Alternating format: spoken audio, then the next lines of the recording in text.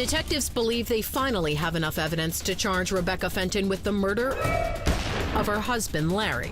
It really wasn't any one thing. If you took away one single piece of evidence, does the case fall apart? No, it doesn't rely on a single piece of evidence. It relied on everything that together was just overwhelmingly convincing of her guilt. It includes this local TV news video of Rebecca laughing and smiling just moments after Larry was shot dead in their Clearwater, Florida home, and her 911 call. Tell me if he was alive and I can win. There are also crime scene photographs and her own words indicating Rebecca did nothing to help save her husband when she says she found him lying bloody and motionless in the foyer of their house. Then there are official documents showing Rebecca stood to make more than $1 million in inheritance and life insurance payouts from Larry's death. Plus, the testimony of a boyfriend who says Rebecca confessed to him that she'd killed Larry. And perhaps the most incriminating of all, If I was to identify the single biggest mistake that she made, it was this one. The gun is found in her car. now, more than 6 years after her husband's murder, detectives bring Rebecca to the station one last time to finally wrap up their exhaustive investigation. Rebecca, you're under arrest for the murder of Larry Fenton. Rebecca says she couldn't believe it was happening. I just didn't think that I was ever going to be arrested for something that was so heinous, that was such a loss to me.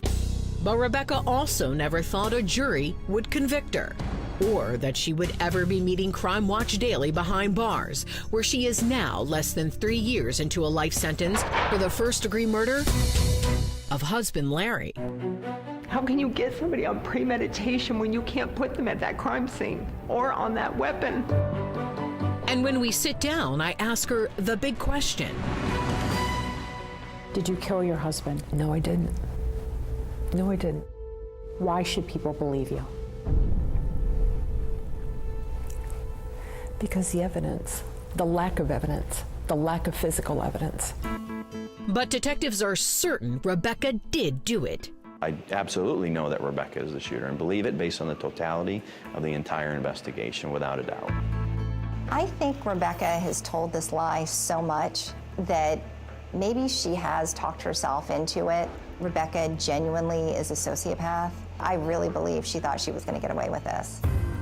Rebecca, now 50, claims she was tried and convicted by public opinion before she even got to court, thanks to that mysterious smile at the crime scene and her history as a call girl with an arrest for prostitution. It was enough for a lot of the people in the community to think that I was a monster.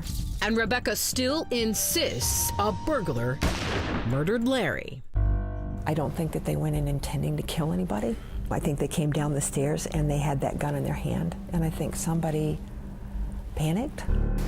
Then framed her by planting the murder weapon in her car. I want to be able to turn and tell people I'm not a monster. I'm not a monster. But so far, Rebecca's appeals have been denied. And right now, it seems there is only one person in the world who believes she was wrongly convicted. I think that this is a miscarriage of justice. Andrew Tizard is a former investigator with the British Home Office in London, the equivalent of our FBI, and he tells Crime Watch Daily via Skype that he became convinced Rebecca was innocent after watching a TV report on her case. As a result of that, I became concerned and I wrote to Rebecca Fenton. Tizard says he's astounded Rebecca could be convicted on the strength of the evidence. You need to be able to put the suspect at the scene of the crime. And one of the things which was apparent was that she was never placed at the scene of the crime. He points to the fact she had no trace of gunshot residue on her, and there were no fingerprints on the murder weapon. There is no evidence to suggest she ever pulled a trigger on the gun. And he dismisses the significance of that mysterious smile at the crime scene. Smiles can actually be very misinterpreted as something which is nervous. But Tizard reserves his greatest criticism of the case for that testimony of career criminal Alfred Nolan, the boyfriend who claimed Rebecca threatened to kill him. Quote, just like she killed Larry, unquote. I think there is no independent corroboration of these statements. They are all hearsay. So as such, I'm really surprised their admissibility in evidence and it was taken so strongly. The former top British cop also says he's actually coming to the U.S. to do all he can to set Rebecca free. I will come out to see her to speak to her personally about how to take her case forward. I will pursue it as long as I can through every means possible, and I will not give in until we find justice for both her and Larry. And for Rebecca, who currently has no chance for parole, Andrew Tizard is her last and only hope of ever getting out of prison. You come to terms and you may die here? Yeah. Yeah, I know I'm going to. Spending every single day wondering how this all happened. I miss Larry. These interviews weren't difficult. They kick up a lot of pain, a lot of confusion.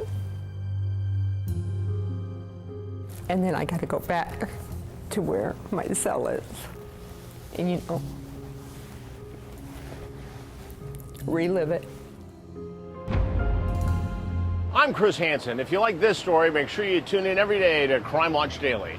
You can find where the show airs in your city at crimewatchdaily.com. Watch it live or record it on your DVR and watch it at night. And to all those criminals out there, remember, we are watching.